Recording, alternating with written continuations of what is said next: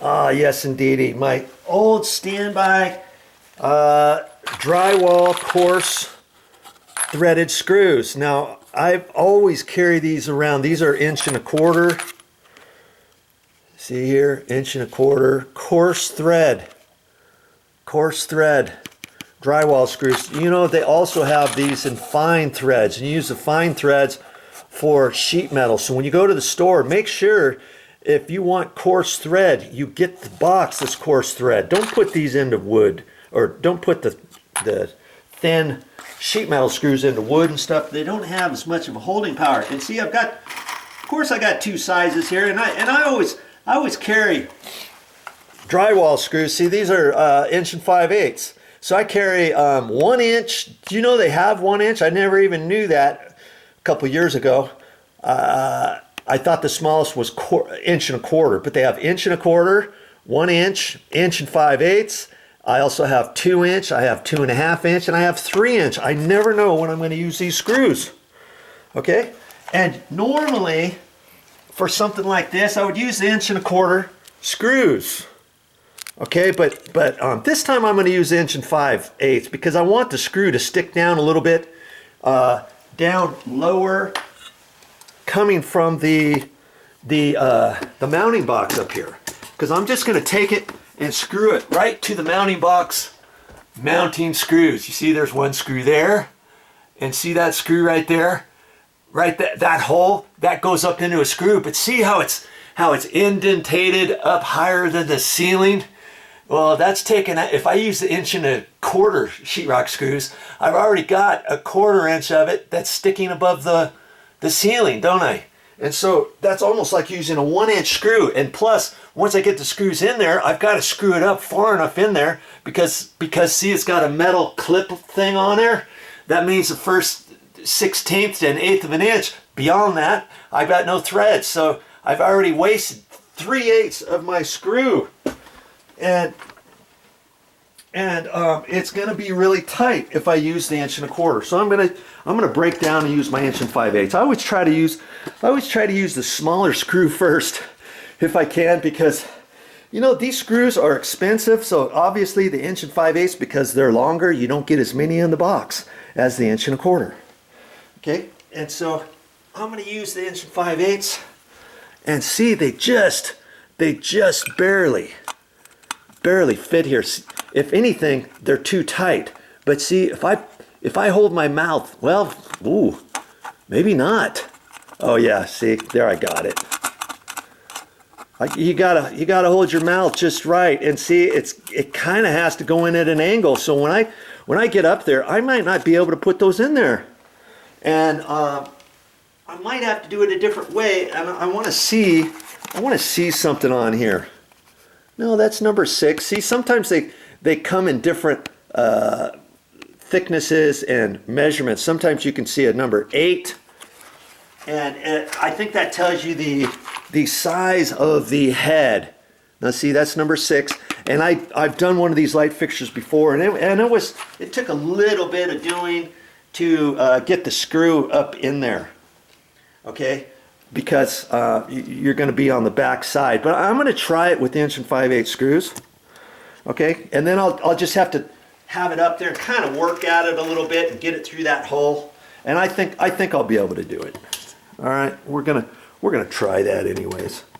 And so my first thing, I've got to kind of do some prep, do a little prep work on this, on these wires.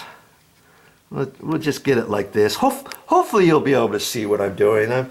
I mean, you should get the gist of everything.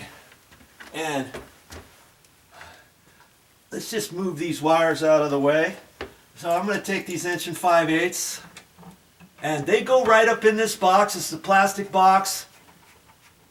So see, I've got this thing sticking way down, so I got plenty of room. I don't want to use anything longer than the 1 5/8. I don't know how long the threads go up inside this thing. And the last thing I want to do is get it up in there and crack something out. Okay?